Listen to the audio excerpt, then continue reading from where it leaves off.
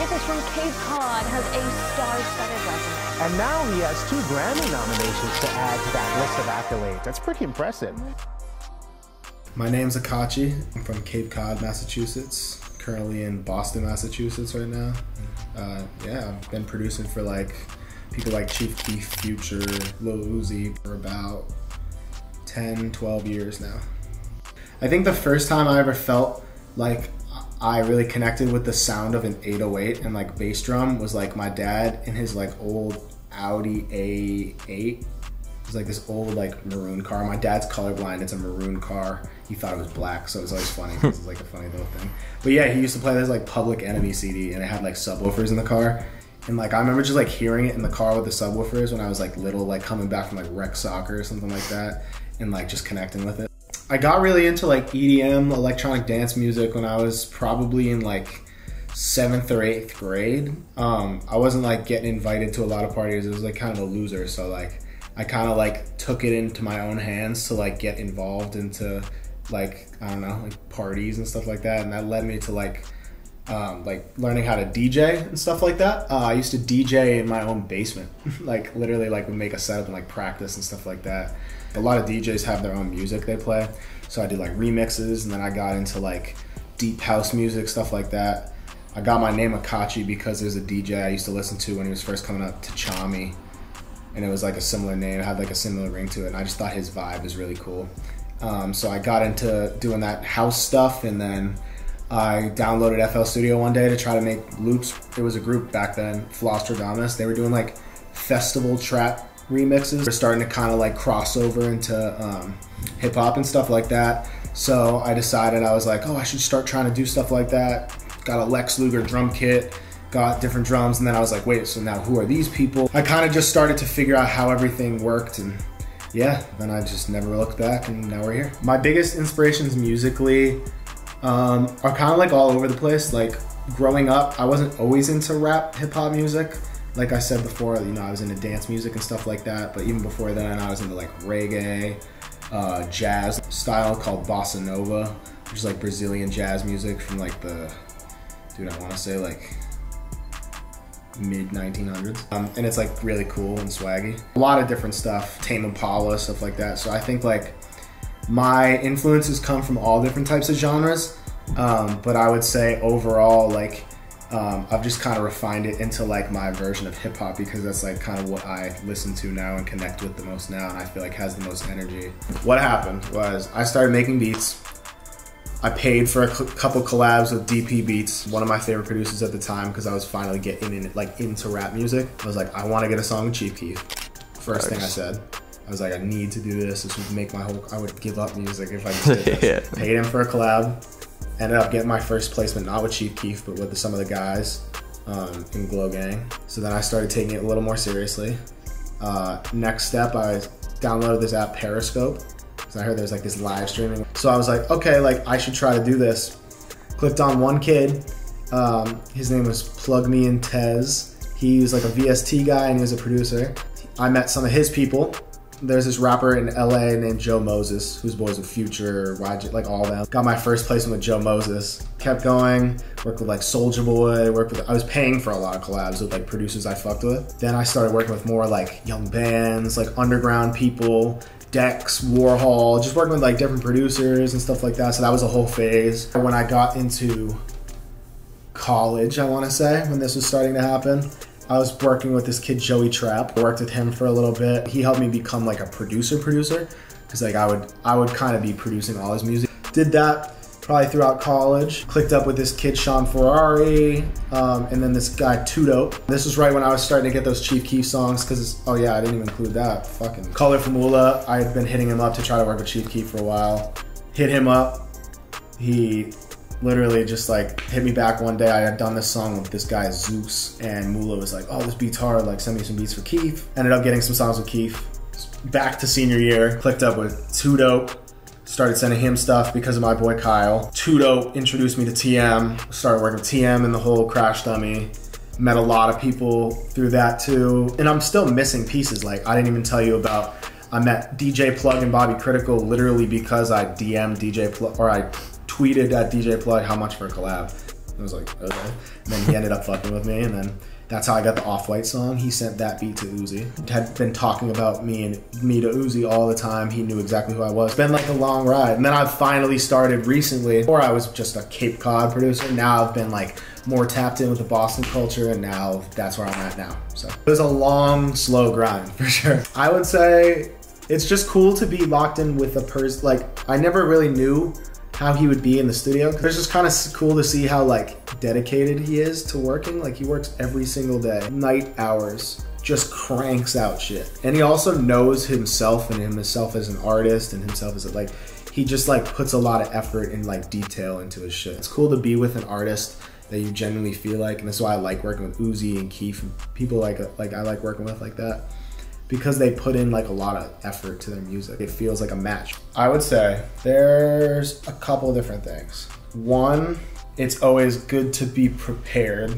in every scenario and be organized. Like, I always have folders of beats organized by date. And like, I'm starting this year, dude, I might like organize by like how it sounds, like this, because that saves you a lot of time. Second, don't overcomplicate beats. I've learned my beats used to be very complicated. Like, I tried to make beats for producers, and that's still good. You shouldn't not do that, but you should understand the ear of an artist and the fact that they're usually gonna choose like some dumbed down shit. So just like, it's important to know that and not get frustrated that people aren't picking beats, even though they are raw and they're crazy, you know?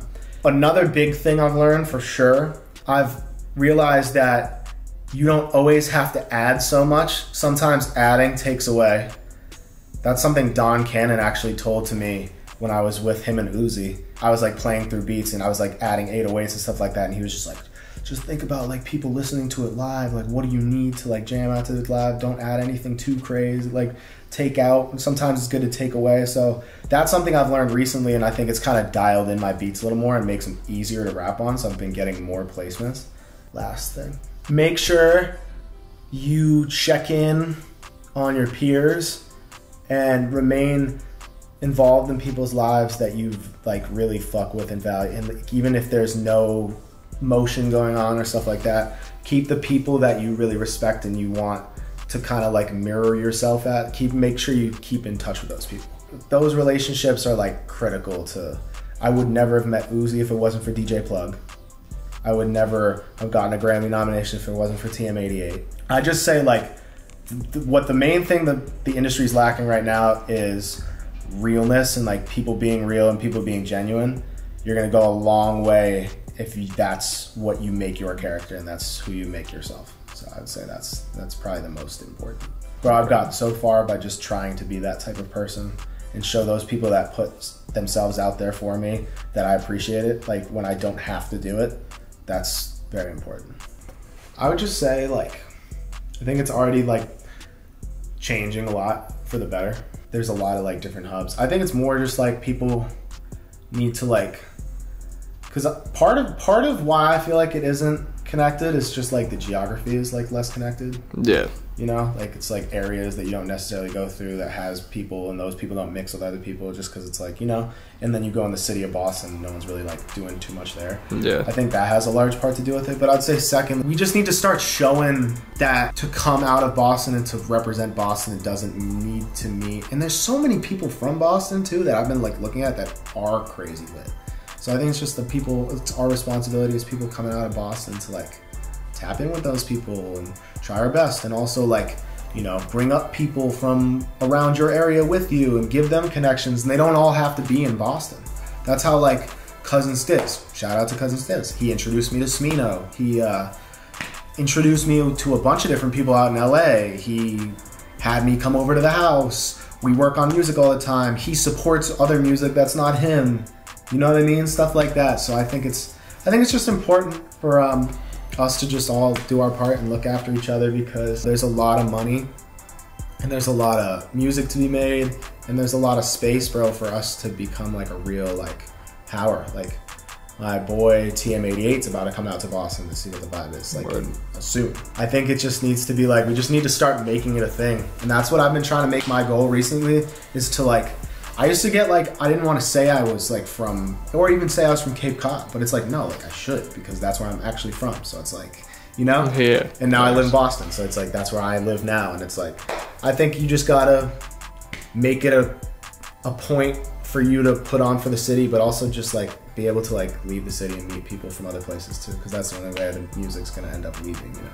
Yeah, facts. So, when I think of glow sound, I don't think of what most people do. Like I think of two different sounds that I feel like I'm like kind of known for. There's one which is like trap, like Shawty Red D Rich inspired, which is like the horns and the snares and what everyone's like doing right now, all that new stuff with Trippy's project and all that stuff. Like me and Keith literally just talked about this too.